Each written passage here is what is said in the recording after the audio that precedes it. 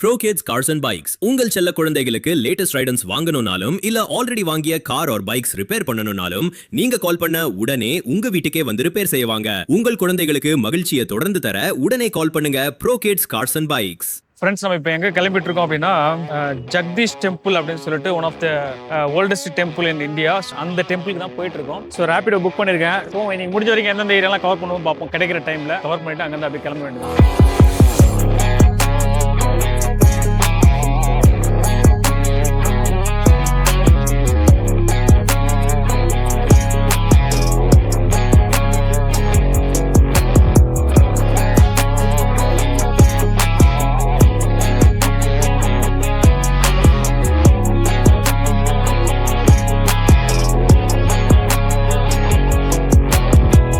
அதுக்கு முன்னாடி நம்ம சேனலை சப்ஸ்கிரைப் பண்ணிட்டு இந்த வீடியோ ஃபுல்லா பாருங்க.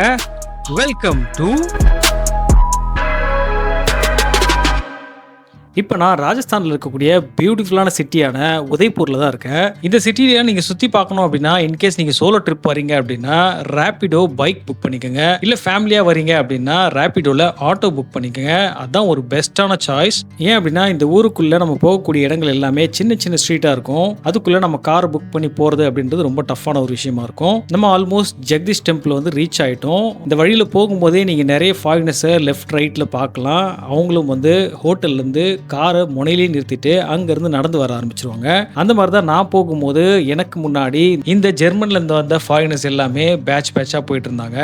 நானும் இவங்களோடய நடந்து அந்த கோவிலை நோக்கி போக ஆரம்பிச்சிட்டேன். அப்படி போகும்போது தான் நான் கவனிச்சேன், இந்த கோவிலோட உயரம் அப்படின்னு பார்த்தீங்கன்னா, நான் நிற்கக்கூடிய இந்த தரைத்தளத்திலிருந்து சுமார் 21 அடி உயரத்துல இந்த கோவில் இருக்கு. இந்த டெம்பிளோடைய மேல் தளத்துக்கு நம்ம ஏறி போறதுக்கு 32 படிக்கட்டுகளை நம்ம ஏறி கடந்து போக வேண்டியது இருக்கும். பொதுவாக நான் எந்த கோயிலுக்கு போனாலும் அந்த கோயிலை இன்னொரு கோயிலோட ஒப்பிட்டு நான் பார்க்கவே மாட்டேன். ஏன் அப்படின்னா ஒரு கோயில்களுக்கு பின்னாடியும் ஒரு வரலாறு இருக்கு. அந்த வரலாறை அடிப்படையா வச்சுதான் அந்த கோவில்களுடைய கலைப்படைப்புகளும் இருக்கும், அதனுடைய வழிபாடும் அந்த வரலாறை மையப்படுத்தி தான் இருக்கும். இந்த ஜெகதீஷ் டெம்பிள் விஷ்ணு கடவுளுக்காக உருவாக்கப்பட்ட ஒரு கோவில். இந்த கோவில 1651ல மகாராணா ஃபேமிலியை சேர்ந்த ராஜாவான ஜெகத் சிங் அப்படின்றவர் தான் கட்டி முடிச்சிருக்காரு. இந்த மாதிரி கோவில்களா இருக்கட்டும், இல்ல பெரிய பெரிய கலைப்படைப்புகளா இருக்கட்டும், இது எல்லாத்துக்கு பின்னாடியும் ஒருத்தர் இன்னொருத்தர் மேல வச்சிருக்க அன்பை வெளிப்படுத்தக்கூடிய ஒரு பெரிய படைப்புகளா தான் இருக்குன்னு நான் நம்புறேன். என்னை பொறுத்த வரைக்கும் பக்தியும் ஒரு விதமான அன்பு தான் நான் சொல்லுவேன். இந்த ஜெகத் சிங் அப்படின்ற மன்னர் விஷ்ணு கடவுள் மேல வச்சிருக்கக்கூடிய ஒரு பேரன்பும் அந்த பக்தியுடைய வெளிப்பாடு தான் இப்படி ஒரு அழகான கலைப்படைப்பை இன்னைக்கும் நம்ம கண் முன்னாடி பார்க்க முடியுது. நாம இந்த கோயிலுக்குள்ள நுழைஞ்ச உடனே ஃபர்ஸ்ட் நம்ம பார்க்கக்கூடியது விஷ்ணு கடவுளுடைய வாகனமான கருட பகவானை தான் பார்ப்போம். கருட பகவான் தான் விஷ்ணுவை நேரடியா பார்த்த மாதிரி உட்காந்துட்டு இருப்பாரு. நம்ம அவரை பார்த்து முடிச்சுட்டு தான் உள்ள நேரா உள்ள போற மாதிரி இருக்கும்.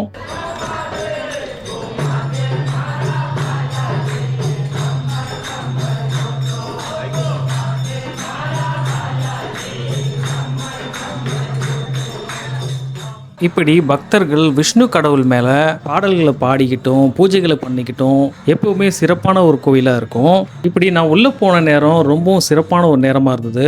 ஏன் அப்படின்னா நான் போனப்பதான் அந்த ஸ்கிரீனை திறந்து விஷ்ணு கடவுளுக்கு பூஜைகளை பண்ண ஆரம்பிச்சாங்க. அங்க உள்ள விஷ்ணு கடவுளை நம்ம வீடியோ எடுக்கக்கூடாது அப்படின்றதுனால அதுக்கு பதிலா கூகுள்ல ஆல்ரெடி இருக்கக்கூடிய போட்டோவை உங்களுக்கு காட்டுறேன். இப்படிதான் விஷ்ணு கடவுள் கருப்பு நிறத்துல நமக்கு காட்சி அளிக்கிறாரு. நாம சாமியை பார்த்துட்டு அப்படியே கோவிலோட இடதுபுறமா கட்டி இருக்கக்கூடிய மெட்டல் பிரிட்ஜ் வழியா கீழே இறங்க ஆரம்பிச்சிருவோம். பெரிய பெரிய மேலெல்லாம் எடுத்துட்டு போறாங்க. ஸோ அதை தாண்டி இந்த சைடில் இருக்க இந்த கோபுரமா இருக்கட்டும் எல்லாமே வேற லெவலில் இருக்குங்க. சூப்பராக இருக்கும். உண்மையில வந்தால் வந்து மஸ்ட் விசிட் பிளேஸ்ன்னு சொல்லுவேன். அப்படி இறங்கும் போதே கோவிலுக்கு சைடில் பதிச்சிருக்கக்கூடிய சிலைகளை அப்படியே கவனிச்சுட்டே வந்துட்டே இருந்தேன். அப்படி பார்க்கும் போது எனக்கு தெரிஞ்சது ஒரே மாதிரியான சிலைகள் ஒரே சைஸ்லையும் ஒரே ஷேப்லையும் வந்து அவ்வளோ நீட்டாக கோவிலை சுற்றி நடன கலைகளாக இருக்கட்டும், யானைகள், குதிரைகள் இப்படின்னு பலவிதமான சிற்பக்கலைகளை ஒரே மாதிரியே கோவிலை சுற்றி செதுக்கி வச்சிருக்காங்க. இது வெறும் இந்த கீழே மட்டும் இல்லை, நீங்கள் பார்த்தீங்கன்னா தெரியும் என்டையர் கோபுரமே கீழே இருந்து மேலே வரைக்கும் சிலைகளை வந்து அவ்வளோ அழகா செதுக்கி வச்சிருக்காங்க. இந்த சிலைகளை நான் மட்டும் ரசிச்சுட்டு இல்லை, என்னை சுற்றி பார்த்தீங்கன்னா தெரியும் ஃபாரினர்ஸும் இங்கே வந்து ஒரு சிலைகளையும் ஃபோட்டோ எடுத்து அதை ஜூம் பண்ணி செக் பண்ணி என்ன மாதிரிலாம் இருக்குன்றத பார்த்து ரசிக்கிறாங்க. இந்த கோவில் பார்க்க பிரம்மாண்டமாக இல்லைனாலும் இதோடைய அழகு பிரம்மாண்டத்தை கொடுக்குது அப்படின்னு தான் நான் சொல்லுவேன். இதை நீங்கள் இந்த வீடியோவில் பார்க்குறத விட நேரில் பார்க்கும்போது இன்னும் ஆச்சரியமாக இருக்கும். ஏன்னா அப்படி தான் நானே ஆச்சரியப்பட்டிருக்கேன். அதாவது விஷ்ணு இருக்கக்கூடிய அந்த கருவறைக்கு சின்ன சின்னதாக ஹோல்ஸ் போட்டு ஜன்னல்கள்லாம் வச்சுருக்காங்க. அதே போல் கோபுரத்து மேலே மழை பெஞ்சு தண்ணி வழிஞ்சு வருது அப்படின்னா அந்த தண்ணியை கரெக்டாக கிரவுண்டுக்கு வந்து சேர்க்குற அளவுக்கு அந்த சிற்பக்கலைகளோடு சேர்த்து அந்த விஷயத்தையும் கரெக்டாக பண்ணியிருக்காங்க. அதே போல் இந்த கோவிலை சுற்றி அங்கங்கே சின்ன சின்னதாக கோவில்கள் இருக்குது. அதில் விநாயகர் இருக்கார், துர்கா தேவி இருக்காங்க, அப்புறம் பகவான் மகாதேவ் இருக்காரு. இவங்களெல்லாம் நம்ம தரிசனம் முடிச்சுட்டு அப்படியே பேக் சைடு வந்தோம் அப்படின்னா அன்னதானம் போடக்கூடிய ஒரு இடம் இருக்கு. ஸோ இங்கே தான் வந்து இந்த கோயிலுக்கு வரவங்களுக்கு ஃப்ரீயாக அன்னதானம்லாம் கொடுப்பாங்களாம். அந்த இடத்தையும் நான் அங்கேருந்து விசிட் பண்ணிட்டு அப்படியே இந்த கோவிலை சுற்றி வெளியே வந்துட்டேன். India is not for beginner சொல்லுவாங்க. இங்கே பார்த்தீங்கன்னா ஸ்ப்ரிங் ஆக்ஷனில் டோர் பாருங்க. என்னதான் இந்த வீடியோவில் நான் உங்களுக்கு இந்த கோவிலை சீக்கிரமாக காமிச்சாலும் நான் இங்கே டைம் ஸ்பெண்ட் பண்ண ஹவர்ஸ் பார்த்தீங்கன்னா கிட்டத்தட்ட 1 hour கிட்ட டைம் ஸ்பெண்ட் பண்ணியிருக்கேன். ஏன்னா நான் ஒரு சிலைகளையும் பார்த்துக்கிட்டு அந்த கட்டிட கலைகளையும் பார்த்துக்கிட்டு ரொம்ப நேரம் டைம் ஸ்பெண்ட் பண்ணிட்டு தான் எப்போவுமே கிளம்புவேன். ஸோ அந்த மாதிரி தான் இந்த கோவிலேருந்து நான் முடிச்சுட்டு கிளம்புறதுக்கு 1 hourக்கு மேலே ஆயிடுச்சு. இப்போ அடுத்ததாக உதய்பூர்லேயே ரொம்ப ஃபேமஸாக சொல்லக்கூடிய இந்த சிட்டி பேலஸ்க்கு தான் போக போகிறோம். ஸோ இங்கேருந்து நான் வந்து சிட்டி பேலஸ்க்கு வந்து வாக் பண்ணிட்டு இருக்கேன். ஜஸ்ட் வாக்கபிள் டிஸ்டன்ஸ் தான், ஒரு 100 மீட்டர்ஸ்குள்ளே தான் இருக்குது. அந்த டெம்பிள் இருந்து நம்ம அப்படியே ரைட் சைடில் வந்தோம் அப்படின்னா இந்த பக்கம் போகலாம்.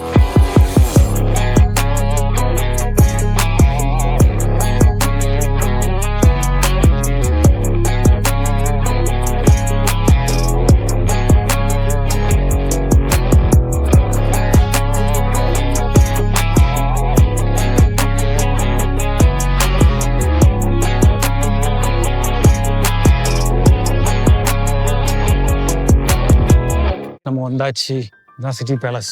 ஸோ உள்ளே இங்கே வந்து டிக்கெட் வாங்கணும். ஸோ டிக்கெட் வாங்கிட்டு போக வேண்டியதான். ஸோ ஸ்டூடெண்ட்ஸாக இருந்தால் 150, அடல்ட் வந்து 400 rupees சார்ஜ் பண்ணுறாங்க, சைல்டுக்கு வந்து 150. ஸோ டின்னரு லஞ்ச் அந்த மாதிரி எடுக்கிறோன்னா அது தனி காஸ்ட்டு. உள்ள மட்டும் சுற்றி பார்க்கறதுக்கு மட்டும்னா 500 rupees போட்டிருக்காங்க. இது என்னன்னு கேட்கணும், எனக்கு எக்ஸாக்டாக தெரியல, கேட்டு பார்த்துட்டு போவோம். உள்ள ரொம்ப காஸ்ட்லியாக இருக்குது. நான் டிக்கெட் கவுண்டரில் போயிட்டு என்கொயரி பண்ணதில் 2 விதமான டிக்கெட் இருக்கு. ஒன்று, நம்ம இந்த பேலஸுடைய பேஸ்மெண்ட்ல மட்டும் சுற்றி பார்க்கணும் அப்படின்னா அதுக்கு 50 rupees. அதை இவங்க ஜென்ரல் என்ட்ரி டிக்கெட் அப்படின்னு சொல்றாங்க. அதை தாண்டி 500 rupees ஃபார் அடல்ட்டுக்கு எங்கன்னா மேலே எல்லாத்தையும் நம்ம சுற்றி பார்க்க முடியும். அதே டிக்கெட்டு சில்ட்ரன் அப்படின்னா 300 rupees. ஆனால் நான் இப்போ வந்து ஜென்ரல் டிக்கெட் மட்டும் தான் வாங்கியிருக்கேன் 50 rupees கொடுத்து. முதல்ல கீழே எப்படி இருக்குன்றதை செக் பண்ணிட்டு அதுக்கப்புறம் நம்ம யோசிக்கலாம் அப்படின்ற மாதிரி வச்சிருக்கேன்.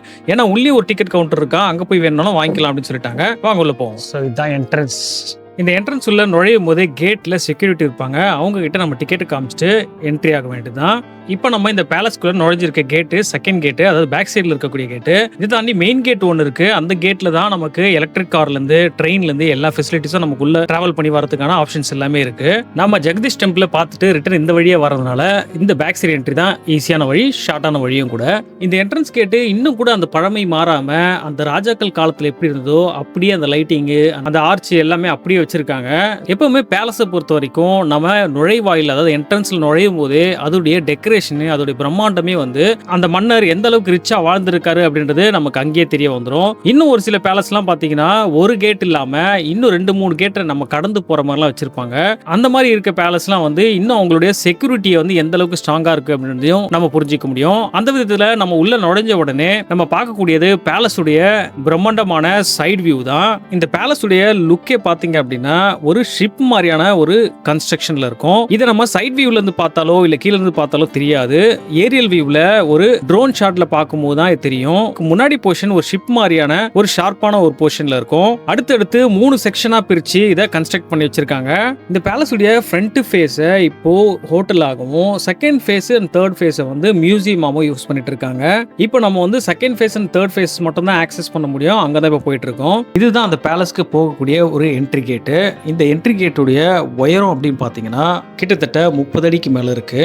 இந்த கதவு பார்த்தீங்கன்னா ஃபுல் அண்ட் ஃபுல் வுட்லேயே பண்ண கதவு. அதில் கூரான கம்பிகளை பதிச்சு எதிரிகள் வந்து தாக்காத அளவுக்கு ரொம்ப பலமான கதவாக பண்ணியிருக்காங்க. அந்த கதவு ஒட்டியே சீலிங்கில் ஒரு அழகான பெயிண்டிங்கை நம்ம பார்க்க முடியும். இந்த பெயிண்டிங்கோட ஏஜ் அப்படின்னு பார்த்தீங்கன்னா கிட்டத்தட்ட 300 வருஷங்கள் தான் ஆகுது. ஏன் அப்படின்னா இந்த பேலஸை கடைசியாக ஆண்ட மன்னர் இருந்த பீரியட்ல இது பண்ணதுனால இதோடைய ஏஜ் அப்படின்றது ஒரு 300 இயர்ஸ் தான். நம்ம இதை கடந்து உள்ளே வந்த உடனே பெரிய வராண்டா மாதிரி பார்க்க முடியுது. இந்த இடத்துல ரைட் சைடில் குதிரையில சுவர்ல பாத்தீங்கன்னா இந்த உதய்பூரை ஆண்ட மன்னர்களுடைய ஆட்சி காலத்தையும் அவங்களுடைய பெயரையும் அவங்க என்னெல்லாம் பண்ணாங்க அப்படின்றதையும் ஒரு போஸ்டரா போட்டு அப்படியே நீட்டா வச்சிருக்காங்க. இதுல நம்ம ஒரு மன்னர் என்னெல்லாம் பண்ணாரு, எப்பெல்லாம் ஆண்டாரு அப்படின்றத நம்ம படிச்சு தெரிஞ்சுக்க முடியும். இப்பவும் அந்த பரம்பரையை சேர்ந்த ஒரு மன்னர் லைவ்ல இருக்காரு. அவர் தான் டாக்டர் லக்ஷ்யராஜ் சிங் அப்படின்னு சொல்றாங்க. இப்பவும் அந்த மகாராணா வம்சத்தை சேர்ந்த கடைசி மன்னரை இந்த உதய்பூர் சிட்டியோடைய திருவிழாக்களுக்கும் கோயில் விழாக்களுக்கும் அவரை சிறப்பு விருந்தினரா அழைச்சு அவருக்கு மரியாதைகள் கொடுப்பாங்களாம். இதெல்லாம் எனக்கு எப்படி தெரியும் அப்படின்னு கேட்டீங்கன்னா, இங்க டூரிஸ்டுங்களுக்கு கைடா வரக்கூடியவங்க பேசுறத ஒட்டு கேட்டு தான் உங்க எல்லாத்துக்கும் சொல்லிட்டு இருக்கேன். இப்படி உதய்பூரை ஆண்ட மன்னர்களோட வரலாறை படிச்சு முடிச்சுட்டு இதே தரைத்தளத்தில் இருக்கக்கூடிய இடத்துல குதிரைகளை வளர்க்குறதையும் நம்ம பார்க்க முடியும். இந்த குதிரைகளை இந்த பேலஸ்ல இருக்கக்கூடிய 5 ஸ்டார் ஹோட்டலுக்கு வரக்கூடிய ஃபாரினர்ஸை ரைடு கூட்டு போறதுக்காகவும் இந்த பேலஸ்ல நடக்கக்கூடிய திருவிழாக்களுக்கு யூஸ் பண்றதுக்காகவும் தான் இந்த குதிரைகளை இன்னும் வளர்த்துட்டு இருக்காங்க. இப்படி நம்ம தரைத்தளத்துல இதெல்லாம் பார்த்து முடிச்சுட்டு மேல் தளத்துக்கு போக போறோம். இந்த பேலஸை பொறுத்த வரைக்கும் மொத்தம் 4 ஃப்ளோர்ஸ் இருக்கு. இதுல நம்ம ஃபர்ஸ்ட் ஃப்ளோருக்கு போக போறோம். இந்த ஃபர்ஸ்ட் ஃப்ளோர்ல இந்த உதய்பூர்ல வாழ்ந்துட்டு இருந்த கிராமத்து மக்கள் யூஸ் பண்ண அந்த கைவினை பொருட்கள் எல்லாத்தையும் வந்து மியூசியமா வச்சிருக்காங்க. இப்படி இந்த மியூசியத்துல நான் பார்த்த வரைக்கும் 70% மரத்தால் செய்யப்பட்ட உருவங்களா தான் இருந்தது. அதுல நான் முக்கியமா பார்த்த விஷயம் வழிபாட்டுக்காக மக்கள் அப்பவே வந்து உருவ பொம்மைகளை செஞ்சிருக்காங்க. அதுல நிறைய செய்வன செய்யறதுக்கான பொம்மைகளை செஞ்சிருக்காங்கன்னு நல்லா தெரிஞ்சது. மிச்சம் இருக்கக்கூடிய அந்த 30%ல 20% விலங்குகளோட எலும்புகளாலையும் வந்து பொம்மைகள் செஞ்சிருக்காங்க. அதை செய்வன செய்யறதுக்காகவும் வழிபாட்டுக்காகவும் வந்து பயன்படுத்தியிருக்காங்க. இதுல இன்னும் ஒரு 10% பாத்தீங்கன்னா மனிதரோட எலும்புகளாலும் பண்ண பொம்மைகளை நம்ம அங்க பார்க்க முடியும். இப்படி எல்லா பொம்மைகளும் இதுல என்னால கவர் பண்ண முடியாது, ஏன்னா அவ்வளவு இருக்கு அந்த மியூசியத்துல. இப்படி எல்லாத்தையும் பார்த்து முடிச்சுட்டு அடுத்த தளமான 2வது தளத்துக்கு போயிட்டேன். இந்த ஃப்ளோர்ல இருக்கக்கூடிய மியூசியத்துல முழுக்க முழுக்க இந்த படை வீரர்கள் யூஸ் பண்ண ஆயுதங்களும் அந்த மகாராணா ராஜா யூஸ் பண்ண ஆயுதங்களும் இங்கே டிஸ்ப்ளே பண்ணியிருந்தாங்க. இதுல இருக்கக்கூடிய ஆயுதங்கள்ல நம்ம மெயினா பார்க்கக்கூடியது இந்த கத்தி, எதிர்நாட்டு படை வீரர்கள் தாக்குனாலும் எந்தவித பாதிப்பும் ஏற்படுத்தாத வகையில் இருக்கக்கூடிய ஆடைகள், எதிரிகள் தாக்கும் போது தடுக்கிறதுக்காக வச்சிருக்க ஆயுதங்கள், இந்த மாதிரி ஆயுதங்கள் எல்லாமே இதுல பார்க்க முடியும். இதுல இருக்கக்கூடியதுல மோஸ்ட்லி மெட்டல்ல கிரியேட் பண்ணதும் இருக்கு. ஒரு சில ஆயுதங்கள் முதலைகளோட எலும்புகளை பயன்படுத்தி பண்ண ஆயுதங்களும் இங்க டிஸ்ப்ளே பண்ணிருக்காங்க. இந்த ஆயுதங்களோட வெயிட் அப்படின்னு பாத்தீங்கன்னா 5 கிலோல ஆரம்பிச்சு கிட்டத்தட்ட 18 கிலோ வரைக்கும் ஆயுதங்களுடைய வெயிட் இருக்கும் அப்படின்னு சொல்றாங்க. இதுல ஒரு சில ஆயுதங்கள், அதாவது ராஜா பயன்படுத்திய ஆயுதங்களுக்கு மட்டும் அந்த கைப்பிடி இருக்குல்ல, ஹேண்டில், அந்த ஹேண்டில்ல கோல்டு பதிச்சு வச்சிருக்காங்க. இப்பவும் அந்த கோல்டு அப்படியே தான் இருக்கு. ஒவ்வொரு ஆயுதங்களுடைய ஷேப் பார்க்க டிஃப்ரெண்ட் சைஸ்லயும் டிஃப்ரெண்ட் மெட்டல்லையும் பண்ணியிருந்தாங்க. இதுல எனக்கு ரொம்ப ஆச்சரியமா இருந்தது, இந்த படை வீரர்கள் யூஸ் பண்ண துப்பாக்கிகளும் இங்க இருந்தது. உங்களுக்கு வர மாதிரி தான் எனக்கும் அந்த டவுட் இருந்தது, அது எப்படி துப்பாக்கிகள் வந்து இவங்க கிட்ட எல்லாம் இருந்திருக்கும் அப்படின்னு சொல்லிட்டு. அதுக்கப்புறம் என்னுடைய சந்தேகம் இந்த டூரிஸ்ட் கைடு சொன்னதுக்கு அப்புறம் கிளியர் ஆச்சு. 19th செஞ்சுரியில இங்க உதய்பூர் ஆண்டுட்டு இருந்த மன்னருக்கும் இங்கிலாண்டை சேர்ந்த மன்னருக்கும் வந்து ஒரு நல்ல ஒரு ஃப்ரெண்ட்ஷிப் இருந்துதான். ஸோ அதனால இவங்க 2 பேருக்கு நடுவில் இந்த ஆயுதங்களை பரிமாற்றம் செஞ்சிருக்காங்க. ஸோ அப்போ வந்து இவருக்கு நிறைய கன்னு இந்த மாதிரி விஷயங்கள் நிறைய சப்ளை பண்ணியிருக்காங்க. அதுல ஒரு பேனா மாதிரியான ஒரு துப்பாக்கியை இவங்களுக்கு கிஃப்டா கொடுத்துருக்காங்க. அந்த துப்பாக்கி இதுதான். நானும் ரொம்ப நேரமா இந்த பேலஸுக்கு பேரு சிட்டி பேலஸ் சொல்லிட்டு இருக்கேன். ஆக்சுவலா இதோட ஒரிஜினல் நேம் வந்து மகாராணா பிரதாப் பேலஸ் அப்படின்னு சொல்றாங்க. அவர் தான் வந்து 15th செஞ்சுரியில இதை பில்ட் பண்ணிருக்காரு. அவருடைய போர்படையில மிகவும் சிறந்து விளங்கிய ஒரு குதிரைக்கு அவரு சிலையும் வச்சு அதையும் வழிபட்டுட்டு வந்துட்டு இருந்திருக்காரு. நாம இந்த பேலஸ்ல இந்த ஆயுதங்கள்லாம் பார்த்து முடிச்சுட்டு அடுத்ததா மெஹல் அப்படின்னு சொல்லிட்டு ஒரு செக்ஷன் இருக்கு, அதுக்குள்ள போக போறோம். அதுல நம்ம நுழையறதுக்கு முன்னாடியே ஃபர்ஸ்ட் விநாயகருடைய சிலையை வச்சு ஒரு விதமான கிளாஸ்ல டிசைன் பண்ணி வச்சிருக்காங்க. இந்த கிளாஸ் எல்லாமே எங்க இருந்து வந்தது அப்படின்னு பாத்தீங்கன்னா பெல்ஜியம் கிளாஸ் அப்படின்னு சொல்றாங்க. இந்த மெஹல்ல இருக்கக்கூடிய நிறைய இடங்கள்ல அடுத்தடுத்து நீங்க பார்க்க போற கண்ணாடியால டிசைன் பண்ணிருக்கக்கூடிய எல்லாமே பெல்ஜியம்ல இருந்து வந்ததா சொல்றாங்க. கிளாஸ் மட்டும் இல்லங்க, இந்த மெஹல்ல பதிச்சிருக்கக்கூடிய டைல்ஸ் கூட பாத்தீங்கன்னா விக்டோரியா டைல்ஸ் அப்படின்னு சொல்றாங்க. இதுவும் இங்கிலாந்துல இருந்து இங்க இம்போர்ட் பண்ணி வந்ததா சொல்றாங்க. அடுத்ததா ஒரு பெரிய ஓபன் ஏரியா வருது. இந்த இடத்துக்கு பேர் வந்து ராஜ் ஹங்கன் அப்படின்னு சொல்றாங்க. இந்த இடத்துல தான் ராஜ வம்சவழியை சேர்ந்த எல்லாருமே தான் வணங்கக்கூடிய சிலைகளுக்கு அபிஷேகங்கள் பண்றது, பூஜைகள் பண்றது அப்படின்ட்டு இந்த இடத்தை யூட்டிலைஸ் பண்ணுவாங்களாம். அதுக்கு அடுத்ததா வரக்கூடிய இடத்த பாடி மெஹல் அப்படின்னு சொல்றாங்க. இந்த பாடி மெஹல் நல்ல ஒரு ஓபன் ஸ்பேஸா இருக்கு. இந்த இடத்த 2 விஷயத்துக்காக யூஸ் பண்ணுவாங்களாம். ஒன்னு, இந்த ராஜ பரம்பரையை சேர்ந்த எல்லாருமே ஈவினிங் டைம்ல இங்க கேதர் ஆகி சின்னதா ஈவெண்ட்லாம் கண்டக்ட் பண்ணி ஜாலியா விளையாடிட்டு இருப்பாங்களாம். இன்னொரு விஷயம், இந்த ஹோலி டைம்ல இந்த ராஜ பரம்பரையை சேர்ந்த எல்லாருமே குடும்பமா வந்து இந்த ஹோலி ஃபெஸ்டிவலை இங்கே கலர்லாம் பூசி ஜாலியா விளையாடுவாங்களாம். அதுக்காகவே இந்த பாடி மெஹல் ரொம்ப பிரைவேட் பிளேஸ் மாதிரி பக்காவா ரெடி பண்ணியிருக்காங்க. அடுத்ததா இந்த பாடி மெஹல் மஹல்ல போஸ்ட் ஆஃபீஸும் இருக்கு. அதாவது அந்த காலத்துல புறாங்களை பயன்படுத்தி போஸ்ட் ஆஃபீஸ் மாதிரி செய்திகளை இங்கிருந்து இன்னொரு நாட்டுக்கு அனுப்புறது, அதே போல இன்னொரு நாட்டுல இருந்து இந்த நாட்டுக்கு ரிசீவ் பண்றது அப்படின்ற ஆக்டிவிட்டிஸ் எல்லாமே இந்த போஸ்ட் ஆஃபீஸ்ல தான் நடந்திருக்கு. அடுத்ததான் நம்ம இப்போ போக போறது ஷீஷ் மஹல் அப்படின்னு சொல்றாங்க. இந்த ஷீஷ் மஹல்ல தான் நான் ஏற்கனவே சொன்ன மாதிரி பெல்ஜியம் கிளாஸஸ்லாம் கொண்டு வந்து இங்க வந்து ஒரு கண்ணாடி மாளிகையை உருவாக்கியிருக்காங்க அப்படின்னு சொல்லலாம். இந்த ஷீஷ் மஹல்ல ஃப்ளோரிங்கா இருக்கட்டும், வாலா இருக்கட்டும், இல்ல சீலிங்கா இருக்கட்டும், இது எல்லாமே முழுக்க முழுக்க பெல்ஜியம் கிளாஸ் யூஸ் பண்ணி கலர்ஃபுல்லா வந்து இந்த ரூமையே டெக்கரேட் பண்ணியிருக்காங்க. நாம ஷீஷ் மஹலை பார்த்துட்டு அடுத்த செக்ஷனுக்கு வரும்போது இது வந்து பெயிண்டிங் பேலஸ் அப்படின்னு சொல்றாங்க. இங்க இருக்கக்கூடிய பெயிண்டிங் எல்லாமே முழுக்க முழுக்க நேச்சுரல் கலர்ஸை யூஸ் பண்ணி பண்ணதா சொல்றாங்க. அதாவது இலைகள் அப்புறம் கற்கள்லாம் இருக்கும் இல்லையா, இதெல்லாம் அரைச்சி அதுல இருந்து ஒரு பெயிண்டிங் மாதிரி கிரியேட் பண்ணி இதை ஃபுல்லா பண்ணியிருக்காங்க. இதுல இருக்கக்கூடிய பெயிண்டிங்ல இன்னும் கூட ஒரு சிலதெல்லாம் ஒரிஜினல் கோல்டு அரைச்சி அதுல பெயிண்டிங்கா பண்ணி வச்சிருக்காங்க. கோல்டு மட்டும் இல்ல, சில்வர் இப்படின்ட்டு நிறைய விஷயங்கள்ல அதுவும் நேச்சுரல் கலர்ஸ் எல்லாத்தையுமே கொண்டு வந்து இந்த மன்னருடைய ஆட்சி காலத்தையும் அவங்களுடைய வரலாறையும் முழுக்க முழுக்க ஒரு ஆர்ட்டா பண்ணி இந்த கம்ப்ளீட் ரூமே டெக்கரேட் பண்ணியிருக்காங்க. நாம அந்த பெயிண்டிங் பேலஸை பார்த்து முடிச்சுட்டு அப்படியே மேல வந்தோம் அப்படின்னா இந்த இடத்துக்கு பேரு பாதல் மஹல் அப்படின்னு சொல்றாங்க. இந்த மஹல் வந்து முழுக்க முழுக்க ரூஃப் டாப்ல அமைஞ்சிருக்கு. இங்க இருந்து நம்ம பார்த்தோம் அப்படின்னா ஒரு பக்கம் உதய்பூரோட சிட்டி வியூ பயங்கரமா தெரியும். அதே போல இன்னொரு பக்கம் திரும்பணும் அப்படின்னா பிச்சோலா லேக் அப்படின்னு சொல்லக்கூடிய ஃபேமஸ் லேக்கோட வியூவும் பயங்கரமா இருக்கும். இது ரெண்டுத்துக்கு நடுவுல இந்த சிட்டி பேலஸ் உடைய லுக் ரொம்ப சூப்பரா இருக்கும். அதுவும் நம்ம வந்து போட்டிங் போகும்போது அந்த லேக்ல இருந்து இந்த சிட்டி பேலஸை பார்க்குற வியூ அற்புதமான வியூவா இருக்கும். இந்த பாதல் மஹல்ல நம்ம இன்னொரு சிறப்பான விஷயம் பார்க்க முடியும். அது என்ன அப்படின்னா இங்க பதிச்சிருக்கக்கூடிய டைல்ஸ் தான். இந்த டைல்ஸ் எல்லாமே சைனால இருந்து இம்போர்ட் பண்ணி இங்க வந்ததா சொல்றாங்க. அதனால பாதல் மஹல்ல இருக்கக்கூடிய ஃப்ளோரிங்கா இருக்கட்டும், வால் டைல்ஸா இருக்கட்டும், இது எல்லாமே சைனாவிலிருந்து கொண்டு வந்த டைல்ஸை பதிச்சு தான் இந்த பாதல் மஹலை பில்ட் பண்ணிருக்காங்க. இந்த சிட்டி பேலஸ்ல நம்ம ஃபைனலா பார்க்க போறது மகாராணா பீம் சிங் அப்படின்ற ராஜாவுடைய ஒரு பிரைவேட் அபார்ட்மெண்ட் அப்படின்னு சொல்றாங்க. இந்த அபார்ட்மெண்ட் முழுக்க முழுக்க அவருக்காகவே அபிஷியலா இல்லாம பர்சனலா டைம் ஸ்பெண்ட் பண்றதுக்காக அவருக்காகவே ஒதுக்கப்பட்ட இடம். இந்த இடத்தை பில்ட் பண்றதுக்கு அவங்க யூஸ் பண்ணது ஒரு சாக் மாதிரியான பவுடர் வச்சு தான் இது பில்ட் பண்ணிருக்காங்க. அதனால தான் நீங்க பார்க்க முடியும் இதோட வால்ல இருந்து எல்லாமே ஸ்மூத்தான ஃபினிஷ் ஆகும். நிறைய வால் ஸ்கல்ப்டிங் பண்ண மாதிரியான ஒரு ஸ்ட்ரக்சரையும் நம்ம பார்க்க முடியும். இப்படி நம்ம பார்த்து முடிச்சுட்டு டெரஸ்ல இருந்து நம்ம வந்த என்ட்ரன்ஸையும் பார்க்க முடியும். மேல இருந்து கீழே நடக்கக்கூடிய ஆக்டிவிட்டிஸ் எல்லாமே ரொம்ப கிளியராகவும் நல்ல நீட்டாகவும் தெரியுது. ஸோ இதையெல்லாம் பார்த்து முடிச்சுட்டு நம்ம எக்ஸிட் வழியா கீழே இறங்கி வருவோம். இப்படி இறங்கி வரும்போது பார்க்கக்கூடிய இடம் தான் ஜனானா சாக் ஏரியா அப்படின்னு சொல்றாங்க. இந்த இடம் தான் ராணி மீட்டிங் நடத்துறதுக்கான இடமா. ஆல்ரெடி போர்படையில பெண்களும் இருப்பாங்க, ஆண்களும் இருப்பாங்க. இதுல பெண்களை மட்டும் அழைச்சி தனியா மீட்டிங் வச்சு பேசுறதா இருக்கட்டும், பெண்கள் மட்டுமே கொண்டாடக்கூடிய ஒரு சில திருவிழாக்களா இருக்கட்டும், இது எல்லாத்துக்குமே இந்த இடத்த யூஸ் பண்ணுவாங்களாம். ஸோ இவங்களுடைய போர்படையில பெண்கள் மட்டும் இல்ல, டிரான்ஸ்ஜெண்டரும் இருந்திருக்காங்க.